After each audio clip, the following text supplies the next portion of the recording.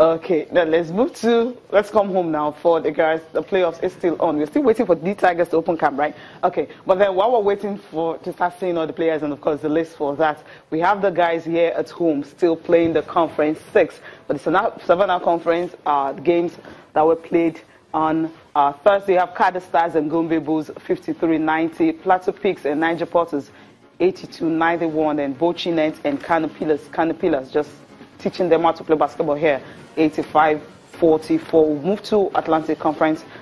Some of the games that were decided day 3. Rivers Hoopers and Oluyole Warriors a bit close, 76-69. Police Baton 60-87. Hoops and Breeds beating Police Baton. Niger Customs and Koro Falcons 73-84. That was another close contest. It's really been tough for these guys. I mean, from what has happened all through the regular season, and now you have the conferences. But then we'll look at the fixtures for day 1. For Atlantic Conference, it's going to be a rest day for them. They won't be playing any game today. Bochinet and Kada Stars will be in action. Gombe Bulls and Plateau Peaks will also be in action. Canopilas and Niger Porters will be in action. For you, you've been following the Kwesi Premier League basketball, talking about the guys' basketball in Nigeria. These top stars, I mean, they've been trying their best to just make the league. I'm waiting for it to actually end, because it's getting too long. For what we've seen here, can you tip anyone for the title? Canopilas?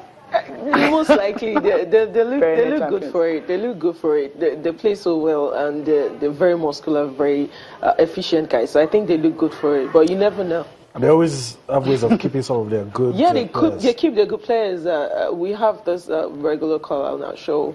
You know, he talks about the fact that Canopilas government is actually interested in sports. So they keep the best stars, they pay them well, and they make sure that they fare well. And this will have to, what you say, Kano State probably happens to be the only state that has what looks like coordination within the sports.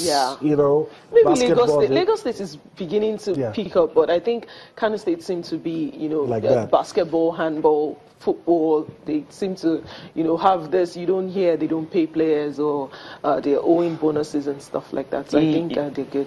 They're good for it. And the good thing is, it's owned by government, so government they know what they're doing when it comes to that.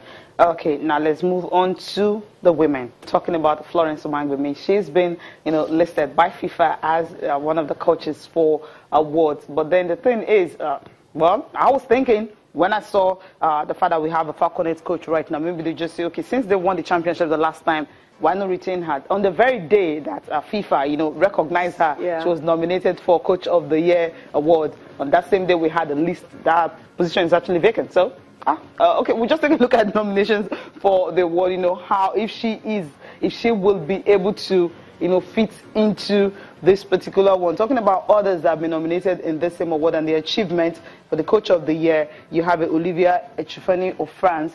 She got to the finals of the Euro 2017. You also have Ima Hayes of Chelsea Ladies. They are the Super League champion. They have Ralf Kallermann of Wolfsburg, the German champions. They won the German League. Xavier Laurent of Barcelona, Copa del Reina. That's what he won. Of course, you have Niels Nelson of Denmark, Euro 2017 runner-up. Then you have Florence Omagbemi, of course, she won AFCON in 2016. Then Gerard Pressure of Lyon, they did domestic French treble. They won all the titles in the French league last time. Dominic Talaham of Austria, they got to the semi-finals of Euro 2017. And also you have Serena Wengman of Netherlands. Of course, they are the champions of Europe. Then Wang Yongbok of Korea, DPR, they are 2016 World Cup winner. Does she stand a chance? I think being nominated is prestigious enough. The list of nominees are just... I think if she wins it, it's going to be by... I don't know what's going to make her win it, because it's not for lack of faith, but the pedigree of some of the coaches, the World Cup winner from Korea, DPR, the Euro winners, 2017 Euro winners, the Netherlands coach. These are coaches who have, lasted a while. And the fact that the NFF decided to make her position vacant. Yes, she was a caretaker coach, but I thought she would retain the position, considering the fact that she actually did very well in that position. The players trusted her. You could see her formation working, especially against Cameroon in the final where the pressure was high.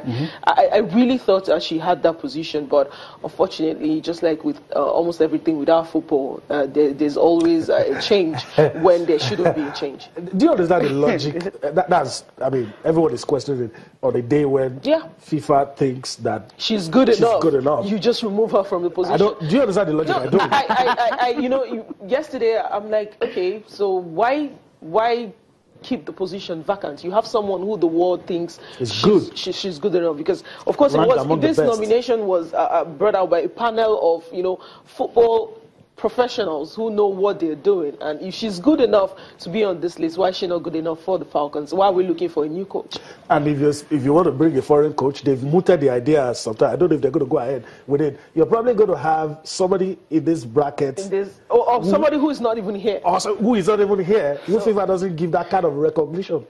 I think, like I said, we make changes when we don't need changes, and then when we actually do need changes, we just stay mute and leave it. So it's a sad one for our football. But I think the NFF, they still have an opportunity to have a rethink. Okay.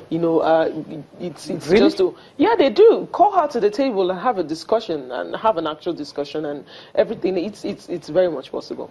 Okay, because the NFF, I know, I mean, they've already made their decision. And the story we're hearing that former Houston Dash coach talking about Randy Wardrum has been shortlisted as one of the candidates for that same role. So if they can get him, fine, I would say, okay, they got a quality coach. But if they can't get a coach like Randy, then I'm saying, okay, why let Omagbemi go and bring in someone else that is not like as good as she is?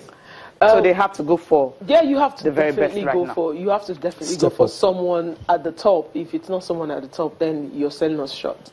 Okay. So I'm not sure, because I wasn't really happy when I saw the list of coaches. Wow, I was like, okay, for this job, I mean, we have there's so many, because you have a Juma Otachi, I mean, that already come to mind. You have a Bumi Haruno, you have Godwin Oko, and of course, also there you have Abdullahi Makaiba, and so many coaches there. Well, although what NFF did was to have a short list of 59 coaches, and it's going to be position of the, we already have the under-20 qualifier starting next month, right? We just got the coach, okay. All right, I don't envy him at all. Nigeria, we're awesome like that.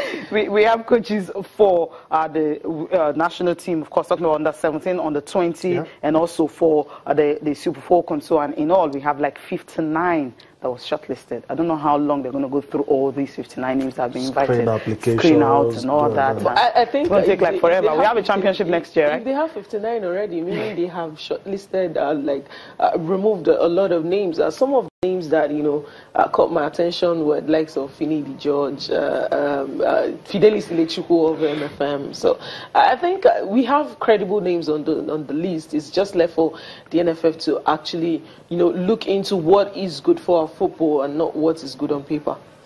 I don't know if I have to drag it back to the Omagbemi, but should it be because a lot of people, okay, I don't know, maybe I just let it slide there. We'll get back to that shortly. But let's go on a quick break, and when we return, there's still so much for you on Sports This Morning.